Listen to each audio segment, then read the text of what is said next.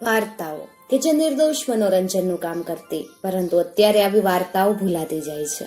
આજે આપણે આવી જ એક સરસ મજાની વાર્તા સાંભળવાના છીએ અને આ વાર્તા ઠંડા પ્રદેશની છે અને ત્યાં શિયાળામાં ખૂબ બરફ પડે, ચારેય તરફ બરફ જ દેખાય. ત્યાંના એક રાજા છે, ત્યાં રાજ્ય કરે. એનો રાજમહેલ જૂના કિલ્લામાં આવેલો. એની રાણી અત્યંત સુંદર, પણ એને કોઈ સંતાન નહીં. રાણી આખો દિવસ મહેલના ઝરૂખામાં બેસી રહે અને ત્યાં બેઠી બેઠી સીવવાનું ને ગૂંથવાનું કામ કરે. શિયાળાના દિવસોમાં રાણીનું મન અત્યંત ઉદાસ રહેતું. બરફને કારણે મેદાન તથા ઝાડપાન બધું જ સફેદ લાગે. બહાર જોવા જેવી કોઈ વસ્તુ ન રહે. રાણી ઉદાસ ચહેરે ઝરૂખામાં બેસી રહે. એક દિવસની વાત, જોરદાર બરફનો વરસાદ પડતો હતો અને રાણી ઝરૂખામાં બેસીને સિલાઈ કરતી હતી. બારીનું ચોકઠું કાળા સીસમના લાકડામાંથી બનેલું. સુવાળા કાળા લાકડા ઉપરથી બરફના ટીપા સરકતા હતા. એ દ્રશ્ય સુંદર લાગતું હતું. રાણીનું ધ્યાન સીવવામાં રહ્યું નહીં. એ બરફના ટીપાને જોતી હતી. અચાનક એની આંગળીમાં સોય વાગી ગઈ. સોય વાગવાને કારણે લોહીના 3 મોટા મોટા ટીપા ઝરૂખાના બરફ ઉપર પડ્યા. બરફના સફેદ ટીપા વચ્ચે લોહીના લાલ ટીપા ખૂબ સુંદર લાગતા હતા. હીરાના ઢગલામાં 3 મોતી પડ્યા હોય એવું લાગતું હતું. રાણી પોતાનું દુઃખ ભૂલી ગઈ. તે બોલી ઉઠી, અરે, આ લાલ ટીપા કેવા સુંદર છે. મારે એક બાળકી હોય તો કેવું સારું. તે બરફ જેવી ગોરી ને સુંદર હોય. એના હોઠ લોહી જેવા લાલ હોય અને એના વાળ સીસમ જેવા કાળા હોય. થોડા સમય બાદ રાણીની ઈચ્છા પૂરી થઈ. એને ત્યાં એક બાળકીનો જન્મ થયો. બાળકી ખરેખર સુંદર હતી. તે બરફ જેવી ગોરી હતી. તેના હોઠનો રંગ લોહી જેવો લાલ અને વાળ ખૂબ કાળા. ધીમે ધીમે ધીમે આ બાળકી મોટી થવા લાગી. રાણી એને ખૂબ પ્રેમ કરે. લાડથી એને હેમા કહીને બોલાવે. પણ અરે કમનસીબ, હેમાની નાની ઉંમરમાં જ રાણી મૃત્યુ પામી. આટલી નાની ઉંમરમાં એને કાંઈ સમજાયું નહીં. જોકે માતાની ખૂબ યાદ આવતી. એ દર વખતે રડી પડતી. આ છોકરીનું દુઃખ જોઈ રાજા ખૂબ દુઃખી થતો. એટલે થોડા દિવસ બાદ એણે બીજા લગ્ન કર્યા. આમ રાજાને નવી રાણી મળી અને હેમાને નવી માતા મળી. નવી રાણી તો અત્યંત સુંદર. એના જેવી સુંદર સ્ત્રી આખા દેશમાં બીજી કોઈ નહીં. રાણીને પોતાની સુંદરતાનું અભિમાન પણ ખૂબ જ હતું અને એનો સ્વભાવ પણ ખૂબ ખરાબ. લોકો વાત કરતા કે જાદુગર હતી. એને જાત જાતના જાદુના ટૂચકા આવડતા. એની પાસે એક જાદુઈ અરીસો પણ હતો.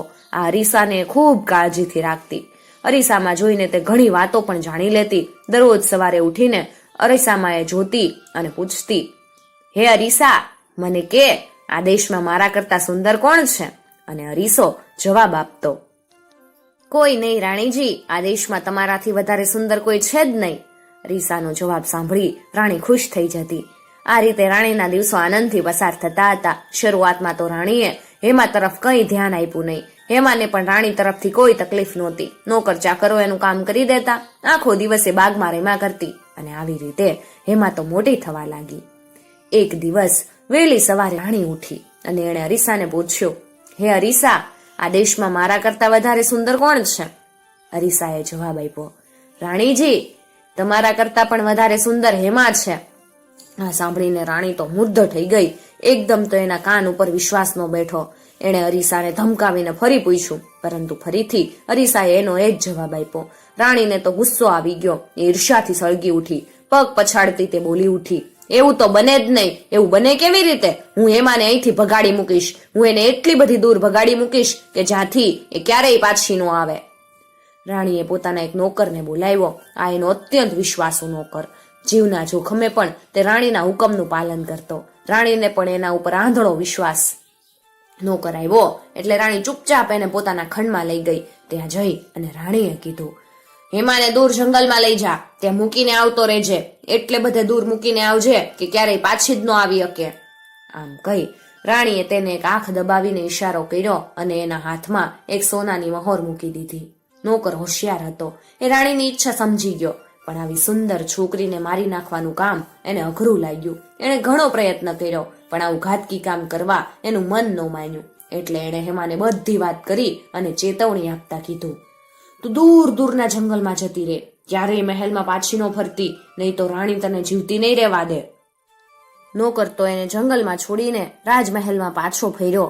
નોકરે વિચારેલું કે જંગલના હિંસક પ્રાણીઓ હેમાને મારી નાખશે. આ રીતે એનું કામ થઈ જશે અને રાજમહેલમાં આવીને નોકરે રાણીને જણાવ્યું, મેં હેમાને જંગલમાં જઈને મારી નાખી છે, હવે ક્યારેય પાછી નહીં આવે.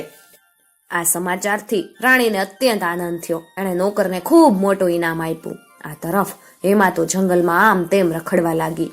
એટલી બધી રૂપાળી હતી કે જંગલના કોઈ પણ પ્રાણીઓ તેને સહેજ પણ નુકસાન કરતા નહોતા. સિંહ, ચિત્તો, વરુ કે રીંછ એને રસ્તામાં મળે તો એક બાજુ થઈને જતા રહેતા, એને રસ્તો આપી દેતા. કેટલાક પ્રાણીઓ તો એની સાથે રમવા લાગતા. હેમાને પણ આ પ્રાણીઓને જોઈને બીક નહોતી લાગતી. તે તો પ્રાણીઓને પોતાના મિત્ર ગણતી.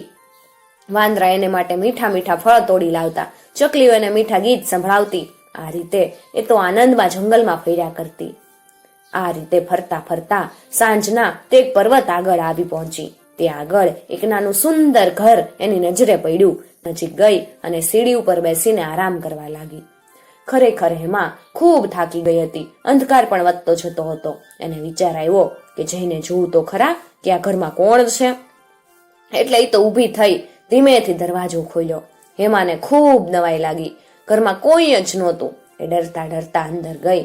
અંદર એક વિશાળ ઓરડો, અને ઓરડામાં બધી વસ્તુઓ કાળજીપૂર્વક ગોઠવેલી. ઓરડાની બધી વસ્તુઓ ખૂબ નાની. હેમાને તો એ વસ્તુઓ જોઈને એમ જ લાગ્યું કે જાણે આ કોઈ ઢીંગલાનું ઘર ન હોય. ઓરડાની વચ્ચે એક નાનું ટેબલ, અને ટેબલની ચારેય બાજુ 7 નાની નાની રમકડા જેવી ખુરશીઓ હતી. ટેબલ ઉપર થાળીઓ, 7 ગ્લાસ, 7 ચમચી એવું બધું શણગારીને મૂકેલું. હેમાએ બીજી દિશામાં નજર કરી. એ બાજુ 7 નાના નાના પલંગ પાથરીને તૈયાર રાખેલા હતા. બધા પલંગ પર નાના નાના ઓશિકા અને નાના નાના ગામડા પડેલા. આ ઘરનું એકે એક વસ્તુ નાની અને સંખ્યામાં 7. એવું લાગતું હતું જાણે 7 ઢીંગલાનું ઘર ન હોય.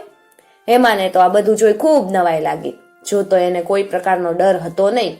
એને તો એમ જ લાગતું હતું કે જાણે આ ઘર એના માટે જ બનાવ્યું છે. હેમાએ નિશ્ચય કર્યો કે હવે તો આ ઘરમાં જ રહેશે. પહેલા તો એક ખુરશી ઉપર બેઠી, પછી બીજી ઉપર બેઠી, પછી તો વારા ફરતી દરેક ખુરશી ઉપર બેઠી જોઈ. તે જોવા માંગતી હતી કે કઈ ખુરશી સૌથી વધારે આરામદાયક છે. અને ભૂખ લાગી હતી એટલે એણે એક થાળીમાંથી એક બિસ્કિટ ઉઠાવીને થોડુંક ખાધું, પછી બીજી થાળીમાંથી થોડું થોડું ખાધું. એ પછી 7 ગ્લાસમાંથી થોડું થોડું દૂધ પીધું. પેટ ભરાઈ ગયું એટલે ઉઠી. હવે આરામ કરવા માટે એ પલંગ આગળ આવી. દરેક પલંગ ઉપર બેસીને તેણે ચકાસણી કરી જોઈ કે કયો પલંગ વધુ આરામદાયક છે. જે પલંગ એને સારો લાગ્યો એ પલંગ ઉપર તે કામળો ઓઢીને સૂઈ ગઈ.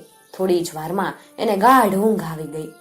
ખરેખર તો આ ઘર 7 વેત્યાનું હતું. આ 7 વેત્યા હળી મળીને આ ઘરમાં રહેતા અને નજીકના પહાડ ઉપર સોનાની ખાણમાં કામ કરવા જતા.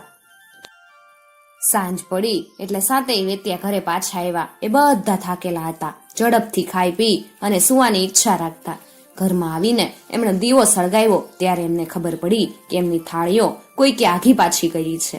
એક વેત્યો બોલ્યો, અરે મારી ખુરશી ઉપર કોણ બેઠું તું? બીજો બોલ્યો, મારું બિસ્કિટ કોણે ખાધું? ત્રીજો કે મારી રોટલી કોણે તોડી? ચોથો બોલ્યો, આ જુઓ મારી ચમચી કોઈ એઠી કરી છે. પાંચમો કે કોઈએ મારો મુરંબો ખાધો. છઠ્ઠો કે મારી થાળીમાં ચટણી હતી, કોણ જાણે કોણ ખાઈ ગયું. સાતમો તો મોં બગાડીને કે મારા ગ્લાસમાં દૂધ કેમ ઓછું છે. 7 વેત્યા આશ્ચર્યથી એકબીજાના મોં જોવા લાગ્યા. અત્યાર સુધી આ જંગલમાં કોઈ આવ્યું નહોતું. વળી એમના ઘરમાં આવવાની તો કોઈએ હિંમત જ નહોતી કરી. અચાનક આ વેત્યાઓની નજર એમના પલંગ તરફ ગઈ તો એમના આશ્ચર્યનો પાર ન રહ્યો. એમણે જોયું કે એક પલંગ ઉપર અત્યંત સુંદર છોકરી સૂઈ રહી હતી. એના કાળા વાળ ઓશિકા ઉપર ફેલાયા હતા. એની આંખો બંધ હતી. 7 વેત્યા એને વીંટળાઈને ઉભા રહ્યા. એક વેત્યો બોલ્યો, અરે કેટલી સુંદર છોકરી. બીજો બોલ્યો, એના વાળ તો જો કેવા કાળા અને સુંદર છે. ચોથો કે એનો રંગ તો જો કેટલો ગોરો. અરે એના હોઠ તો જુઓ એકદમ લાલ ચણોઠી જેવા છે. ચોથો વેત્યો નમીને હેમાનો ચહેરો જોતા બોલી ઉઠ્યો, આવી સુંદર છોકરી તો મેં આજ સુધી નથી જોઈ. પાંચમે જવાબ આપ્યો, અરે આ તો ઢીંગલી છે, ઢીંગલી. છઠ્ઠાએ ખુશ થતા કીધું, પણ આ છોકરી અહીંયા આવી કેવી રીતે? સાતમાએ ગાલ ઉપર આંગળી રાખીને કીધું. પછી એમણે નક્કી કર્યું કે અત્યારે જ એને આમ જ સૂઈ રહેવા દેવી. તેમણે હેમાને સારી રીતે કામણો ઓઢાડ્યો. હવે તેઓ ખૂબ ધીમેથી બોલતા હતા. એમને બીક હતી કે ક્યાંક આ છોકરીની ઊંઘ ન ઉડી જાય.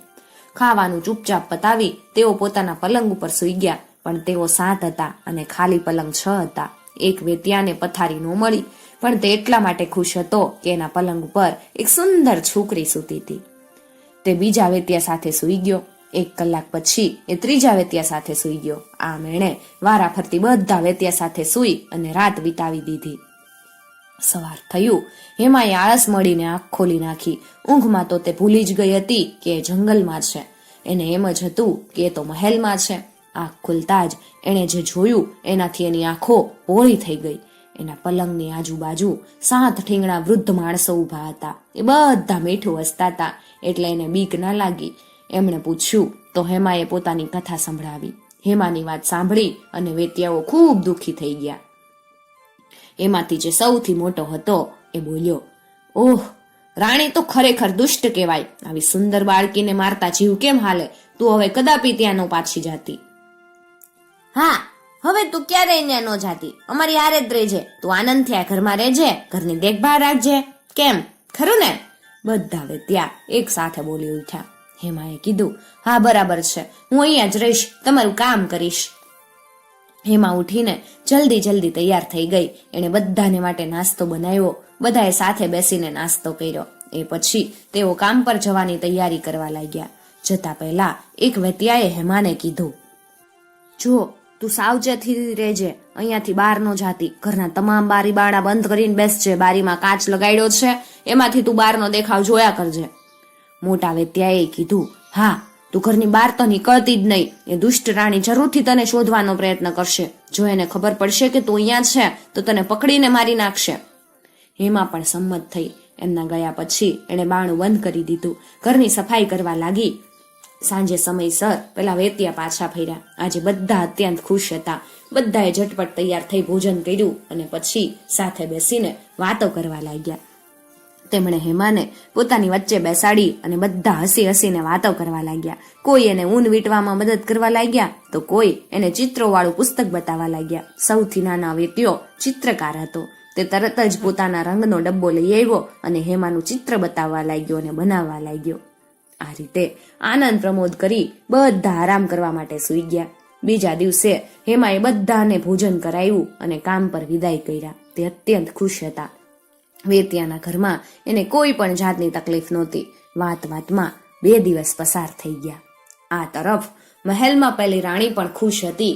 હવે એને ખાતરી થઈ ગઈ કે દુનિયામાં એના જેવી સુંદર સ્ત્રી બીજી કોઈ નથી. એક દિવસ એણે ફરી પેલા અરીસાને પૂછ્યું, અરીસા, આ દેશમાં મારા કરતા સુંદર બીજું કોઈ છે ખરું? અરીસાએ જવાબ આપતા કીધું, હા રાણીજી, તમે સુંદર તો છો જ, પણ તમે સૌથી વધુ સુંદર છો એ વાત ખોટી છે. તમારા કરતા પણ વધારે સુંદર હેમા છે અને અત્યારે એ આરામથી વેત્યાઓની સાથે રહે છે. આ સાંભળી રાણીએ ચીસ પાડી દીધી. હું છેતરાઈ ગઈ? મારો નોકર જૂઠું બોલ્યો? હું એને ફાંસીએ ચડાવી દઈશ. પણ એ પહેલા તો હું હેમાને શોધી કાઢીશ. એ મારાથી બચીને જશે ક્યાં? હું મારા હાથે જ એનું ગળું દબાવીને એને મારી નાખીશ. હવે રાણીએ પોતે હેમાને શોધવા માટે જંગલમાં જવાની તૈયારી કરી. એણે પોતાના ચહેરા ઉપર રંગ ચોપડી દીધો અને ડોશીના જેવો વેશ લીધો. પછી તેણે એક ટોપલીમાં રંગબેરંગી રિબન ને બીજી સારી વસ્તુઓ લીધી. આ રીતે તૈયાર થઈ એણે જંગલ તરફ ચાલવા લાગ્યું. રાણી તો જાદુગર હતી. તે બધા જંગલી જાનવરોની બોલી પણ જાણતી હતી. એ ઝાડ, પાન, ફૂલ અને ઘાસ જોડે પણ વાત કરી શકતી. જંગલમાં જઈને એણે ફૂલોને પૂછ્યું તો ફૂલોએ જણાવ્યું, હા, અમે હેમાને આ તરફ જોઈ છે. ઘાસ બોલ્યું, હા, એ અહીંયાથી જ ગઈ હતી. એના નાના અને નાજુક પગ મારા ઉપરથી જ પસાર થયા હતા. કાંટાળી ઝાડી પણ બોલી, હેમા અહીંથી પહેલા રસ્તે ગઈ છે. એના કપડાં અમારા કાંટામાં ભરાઈ ગયા હતા. ફૂલોએ રાણીને જણાવ્યું, હેમા અમારી નજીકથી જ પસાર થઈ હતી. અમે એને સુંદર કળીઓ ભેટ આપી હતી. ઝાડ બોલી ઉઠ્યા, હા, વાંદરાઓએ અમારા મીઠા ફળ તોડીને હેમાને ખવડાવ્યા હતા. આ રીતે રાણી અત્યંત સહેલાઈથી હેમાની માહિતી મેળવી લીધી. થોડી જ વારમાં તે પેલા વેત્યાઓના ઘર પાસે આવી પહોંચી. એણે બારીમાંથી અંદર ડોક્યું કર્યું. હેમા અંદર બેઠી વેત્યાના ફાટેલા મોજા સાંધતી હતી. રાણીએ અવાજ બદલીને બૂમ પાડી, આવો બેટી, સુંદર રિબીન લાવી છું તારા માટે. બીજી પણ સારી વસ્તુઓ લાવી છું. બારણું ઉઘાડ. અવાજ સાંભળીને હેમા બારીની બાજુ આવી. તેણે કીધું, ના, હું બહાર આવી શકું એમ નથી. વેત્યાઓએ મને બહાર નીકળવાની ના પાડી છે, પણ મારે તારી વસ્તુઓ જોવી છે. રાણીએ થાકેલી ડોશીની જેમ હાંફતા કીધું, તું બહાર આવી શકે એમ ન હોય તો મને અંદર આવવા દે. મારી ટોપલીમાં જે વસ્તુઓ છે એ હું તને બતાવી શકું. હેમાએ વિચાર્યું કે ડોશીને અંદર આવવા દેવામાં કાંઈ વાંધો નથી. વેત્યાઓએ મને બહાર નીકળવાની મનાઈ કરી છે, બીજા કોઈને અંદર આવવા ના દેવું એમ ક્યાં કીધું? આવો વિચાર કરી એણે બાણું ઉઘાડ્યું. ડોશી અંદર આવી ગઈ. હેમાએ ટોપલી જોઈ તો એમાંથી એને મોતીની માળા ખૂબ ગમી ગઈ, એટલે એણે કીધું, મારે આ માળા લેવી છે. ડોશી આનંદથી કીધું, હા હા, જે જોઈ ઈ લઈ લે, તને જે ગમે ઈ લઈ લે. લાવ, માળા તારા ગળામાં બાંધ દઉં. આમ કહી ડોશી હેમાના ગળામાં માળા બાંધવા લાગી, પણ એણે હેમાના ગળામાં માળા એવા જોરથી બાંધવા માંડી કે હેમાનો શ્વાસ રૂંધાવા લાગ્યો. રાણીએ વધારે ને વધારે જોર કરવા માંડ્યું. હેમાનો શ્વાસ રૂંધાઈ ગયો અને બેભાન થઈને ગબડી પડી. દુષ્ટ રાણી આનંદથી હસતા હસતા બોલ,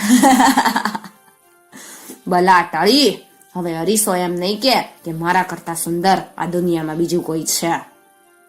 પછી તો તેને હેમાને એ જ સ્થિતિમાં રહેવા દીધી અને પોતાના મહેલમાં પાછી ફરી. સાંજે વેત્યા ઘરે પાછા ફર્યા. એમણે હેમાને બેભાન બનીને જમીન ઉપર પડેલી જોઈ તેઓ ખૂબ દુઃખી થઈ ગયા. તેમણે માળા છે એને કાપી અને ફેંકી દીધી. ધીમેથી હિમાને ઉપાડી અને પથારીમાં સુવડાવી. હેમાનો શ્વાસ હજુ ચાલુ હતો. થોડી વારમાં એણે આંખો ખોલી અને પછી પેલી ડોશીની વાત જણાવી. વેત્યાઓએ કીધું, એ ડોશી બીજું કોઈ નહીં, પેલી દુષ્ટ રાણી જોવી જોવે. તે તને મારી નાખવા આવી હતી. હવેથી સાવચેત રહેજે અને ફરી કોઈને અંદર ન આવવા દેતી. આ તરફ ઘરે જઈને રાણીએ હાથ મોં ધોઈ કપડાં બદલ્યા. પછી સીધી અરીસા પાસે જઈ પહોંચી. એણે ફરીથી પહેલો પ્રશ્ન પૂછ્યો, પણ અરીસાએ તો અગાઉના જેવો જ જવાબ આપ્યો. આ સાંભળી એના ગુસ્સાનો પાર ન રહ્યો. એ બોલી ઉઠી, આનો અર્થ એમ થયો કે હેમા હજુ મરી નથી. મારે ફરીથી જંગલમાં જવું પડશે. આ વખતે તો હું એવી ગોઠવણ કરીશ કે કાયમ માટે મૃત્યુ પામે. તરત એ અંદરના ઓરડામાં ગઈ. ત્યાંથી એ ઝેરી કાસકી કાઢી લાવી. આ કાસકી એવી ઝેરી હતી કે વાળને અડકે તો તરત મૃત્યુ પામે. આ વખતે રાણીએ બીજો વેશ લીધો. પોતાની જાદુની તાકાતથી તે સીધી વેત્યાના ઘર આગળ જ આવી પહોંચી. વેત્યા થોડી વાર પહેલા જ કામ કરવા ઘરેથી બહાર નીકળેલા. એમાં એકલી બેઠી બેઠી અનાજ સાફ કરતી હતી. રાણીએ બૂમ પાડી એટલે બારી પાસે આવી. હેમા તો તેને ઓળખી જ ના શકી કે આ ગઈકાલ વાળી જ ડોશી છે. ડોશીએ કીધું, મારી પાસે તો ઘણી હારી હારી વસ્તુ છે, ઘણી હારી હારી કાંસકીઓ છે. બાણા ખોલ એટલે હું તને સારી કાંસકી આપું. એકદમ તો હેમા બાણું ખોલવા માટે સંમત ના થઈ, પણ છેવટે છેતરાઈ ગઈ ને બાણું ખોલી નાખ્યું. ડોશીના વેશમાં રાણી લંગડાતી લંગડાતી ઘરમાં આવી. એણે પ્રેમથી હેમાના વાળમાં હાથ ફેરવીને કીધું, વાહ, તારા વાળ તો કેવા સુંદર છે. લાવ, હું તને કાસકીથી હરખા કરી દઉં. હેમાએ સંમતિ આપી એટલે ડોશી તો હેમાના વાળમાં કાસકી ફેરવવા લાગી. ધીમે ધીમે હેમાને ઝેર ચડવા લાગ્યું અને થોડી જ વારમાં એ બેભાન થઈને જમીન ઉપર પડી ગઈ. રાણીએ પેલી કાસકી એના વાળમાં જ રહેવા દીધી અને પછી પોતાનો સામાન સમેટી અને તે ત્યાંથી જતી રહી. સાંજના સમયે વેત્યા ઘરે પાછા ફર્યા. એમણે જોયું તો એમાં ઘરમાં બેભાન હતી. એમણે ઝડપથી પેલો જાદુઈ કાસકો એના વાળમાંથી કાઢી અને ફેંકી દીધો. પછી એને ઉપાડીને પથારીમાં સુવડાવી. ભગવાનની દયાથી આજે પણ એ મરી નહોતી. જોકે આ વખતે એને ભાનમાં આવતા વધારે સમય લાગ્યો. એ ભાનમાં આવી ત્યારે વેત્યાઓએ તેને કીધું, તે અમારું કેવું માન્યું નહીં. અમે તને કહ્યું છે ને કે દુષ્ટ રાણી તારી પાછળ પડી છે, તને મારી નાખવાના. એ અનેક પેતરા કરે છે અને તને મારી રાખ્યા વગર એ શાંતિથી નહીં બેસે. હવે કાલે તો ઘરની બહાર નીકળતી જ નહીં અને કોઈને ઘરમાં ન આવવા દેતી. પહેલી બાજુ મહેલમાં પહોંચી અને રાણી અરીસા આગળ જઈ પહોંચી. એણે ફરીથી એનો એ જ પ્રશ્ન પૂછ્યો અને અરીસાએ એનો એ જ જવાબ આપ્યો. રાણી વળી ગુસ્સે થઈ અને હેમા ઉપર હવે એને ખૂબ જ ગુસ્સો આવતો હતો. હવે એ નવી યોજના વિચારવા લાગી. પછી એણે અંદરના ઓરડામાં જઈ એક ઝેરી સફરજન તૈયાર કર્યું. આ સફરજન તાજું અને ગુલાબી હતું. દેખાવમાં એવું સુંદર લાગે કે કોઈ પણ માણસને ખાવાનું મન થઈ જાય. રાણીએ કુશળતાથી જે ભાગ સુંદર હતો ત્યાં જ ઝેર લગાવ્યું. એ ખાતા જ કોઈ પણ માણસ મૃત્યુ પામે, પણ સફરજનનો બાકીનો ભાગ એણે એમ જ રાખ્યો. બીજા દિવસે રાણીએ એક વૃદ્ધ કાછિયાણનો વેશ લીધો. સમય જોઈ અને એ પેલા વેત્યાના ઘર આગળ પહોંચી ગઈ. રાણીએ બાણું ખખડાવ્યું. હેમાએ બારીમાંથી જ કહી દીધું કે હું આજે બાણુંય નથી ખોલવાની ને બારેય નથી આવવાની અને તને અંદરેય નહીં આવવા દઉં. પેલી દુષ્ટ રાણીએ અવાજ બદલીને મીઠાશથી કીધું, અરે બેટી, તું નકામી ગુસ્સે થાય. મારાથી ડરવાની નથી જરૂર. મેં તો વિચાર્યું કે તને એક સફરજન આપતી જાઉં, તું એકલી બેઠી બેઠી કંટાળી ગઈ હઈશ. બહારનું આવે તો મને અંદર નો આવવા દે, કાંઈ વાંધો નહીં. લે આ મીઠું સફરજન લઈ લે, ડરીશ નહીં બેટા હો, જો હું પોતે ખાઈ બતાવું. આમ કઈ એણે અડધું સફરજન કાપી લીધું. ઝેર લગાવેલો ટુકડો એણે હેમા તરફ ધીર્યો અને સારો ટુકડો એણે ખાવા લીધો. હવે હેમા પોતાની જાત ઉપર કાબુ ન રાખી શકી. એણે બારીમાંથી હાથ લંબાવી સફરજન લઈ લીધું, પણ એને થોડું સફરજન ખાધું કે તરત જ એને ચક્કર આવી ગયા અને તે ત્યાં જ ગબડી પડી. આ જોઈ પેલી દુષ્ટ રાણી ખડખડાટ હસી પડી અને બોલી, હવે પેલા ગંદા વેત્યાય તને નહીં બચાવી શકે, હવે તો તને ભગવાનય નહીં બચાવી શકે. હું ઘરે પહોંચીશ ત્યાં સુધીમાં તારા જીવ નીકળી જશે, જીવ. અને પછી દોડતી પોતાના મહેલમાં આવી પહોંચી. તરત જ અરીસા સામે ગઈ.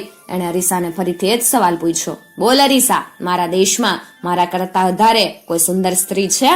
અરીસાએ જવાબ આપ્યો, ના રાણીજી ના, તમારા દેશમાં તમારાથી સુંદર બીજું કોઈ નથી. આ સાંભળીને રાણી અત્યંત ખુશ થઈ ગઈ. તે રાત્રે રાણી આરામથી ઊંઘી ગઈ. હવે પછી એને ખાતરી થઈ ગઈ કે હેમા મૃત્યુ પામી છે. હવે એને ચિંતા કરવાની જરૂર નથી. આ તરફ પેલા વેત્યા સાંજે ઘરે પાછા આવ્યા.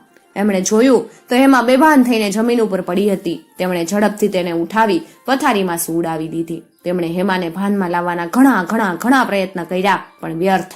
હેમાએ આંખ ન ખોલી, એ મરી ગઈ હતી. વેત્યાઓને ખૂબ દુઃખ થયું. એવો તો ત્યાં ને ત્યાં ને બેસી ગયા, રડવા લાગ્યા. 7 દિવસ સુધી એમને એમ બેસી રહ્યા, રડતા રહ્યા. મર્યા પછી પણ હેમા અત્યંત સુંદર લાગતી હતી. એ જ કારણે એને અગ્નિદાહ આપવાનું કે દફન કરવાનું વેત્યાઓને મન નહોતું. છેવટે એમણે કાચનો એક મોટો ડબ્બો લીધો, હેમાના દેહને એના ઉપર મૂકી દીધો અને એના ઉપર સોનેરી અક્ષરે લખ્યું, રાજકુમારી હેમા. એ પછી કાચનો આ ડબ્બો લઈ તે પર્વત પાસેની એક સુંદર જગ્યાએ આવી પહોંચ્યા. પેલો ડબ્બો એમણે ત્યાં મૂકી દીધો અને પછી એક વેત્યો ત્યાં બેસી અને એની ચોકી કરવા લાગ્યો. હેમાના મોતથી જંગલના ઝાડ પાન જીવજંતુ અત્યંત દુઃખી હતા. પક્ષીઓ પણ એક પછી એક શોક પ્રગટ કરવા આવતા. પહેલા એક ઘુવડ આવ્યું, પછી એક કાગડો આવ્યો અને છેલ્લે એક સફેદ કબૂતર આવ્યું. થોડા સમય બાદ એક દિવસ એક રાજકુમાર એ જંગલમાં શિકાર કરવા આવી પહોંચ્યો. ફરતો ફરતો એ પેલા વેત્યાના ઘર આગળથી પસાર થયો. એ વખતે તેને ખબર પડી કે એક વેત્યો કાચના ડબ્બા આગળ ચોકી કરતો બેઠો છે. આ સમાચાર જાણ્યા તો એ તરત ત્યાં પહોંચી ગયો. ત્યાં જઈ એણે હેમાને જોઈ. એ તો એને જોતો જ રહી ગયો. આવી સુંદર છોકરી એને પેલા ક્યારેય નહોતી જોઈ. એ તો હેમાના પ્રેમમાં પડી ગયો. એણે વેત્યાઓને કીધું, આ ડબ્બો મને આપી દો, હું એને મારી સાથે લઈ જઈશ, એને કાળજીથી મહેલમાં રાખીશ. હવે હું એના વગર નહીં જીવી શકું. વેત્યા સાંભળી અને ખૂબ નવાઈથી જોઈ રહ્યા. એમણે રાજકુમારને સમજાવવાનો ખૂબ પ્રયત્ન કર્યો. એણે કીધું કે આ તો મૃત્યુ પામી છે, 1-2 દિવસમાં અમારું દુઃખ ઘટી જશે ત્યારે અમે એને દાટી દેશું. પણ રાજકુમાર એ માન્યો નહીં. તેણે ઘેર જવાની ના પાડી અને તે તેની સાથે જ બેસી ગયો. થોડી વારમાં રાજકુમારના મિત્રો પણ ત્યાં આવી પહોંચ્યા. તેમને જ્યારે બધી વાતની ખબર પડી ત્યારે તેમણે વેત્યાઓને સમજાવવા માંડ્યા, અમારા રાજાનો આ એકનો એક કુમાર છે. આ દુઃખમાં જો તે ગાંડો થઈ જશે તો રાજાને પારાવાર દુઃખ થશે. તમારે આ રાજકુમારીને દફનાવવાની છે ને, તો પછી એને અમે સાથે લઈ જઈએ. અમે અમારા રાજમહેલના બગીચામાં એને દફનાવી દઈશું. એને સમાધિ પણ સારી રીતે એની બનાવશું. આ બધી વિચારણા બાદ વેત્યા સંમત થઈ ગયા. રાજકુમારના મિત્રોએ શબ પેટી ઉઠાવી. એને લઈ જતી વખતે એક મિત્રનો પગ લપસી ગયો. એનાથી શબ પેટી જોરથી હલી ઉઠી. શબ પેટીના ધક્કાથી હેમાના ગળામાં ભરાઈ રહેલો સફરજનનો ઝેરી ટુકડો બહાર આવી ગયો અને જોત જોતામાં તો હેમા ફરીથી જીવતી થઈ ગઈ. લોકોએ શબ પેટી ખભા ઉપરથી ઉતારી જમીન ઉપર મૂકી દીધી. તરત જ હેમા ઢાંકણું ખોલીને બહાર આવી અને એણે પૂછ્યું, હું ક્યાં છું? તમે લોકો કોણ છો? રાજકુમારે આગળ આવીને કીધું, તું મારી સાથે છે, હું તને ખૂબ ચાહું છું.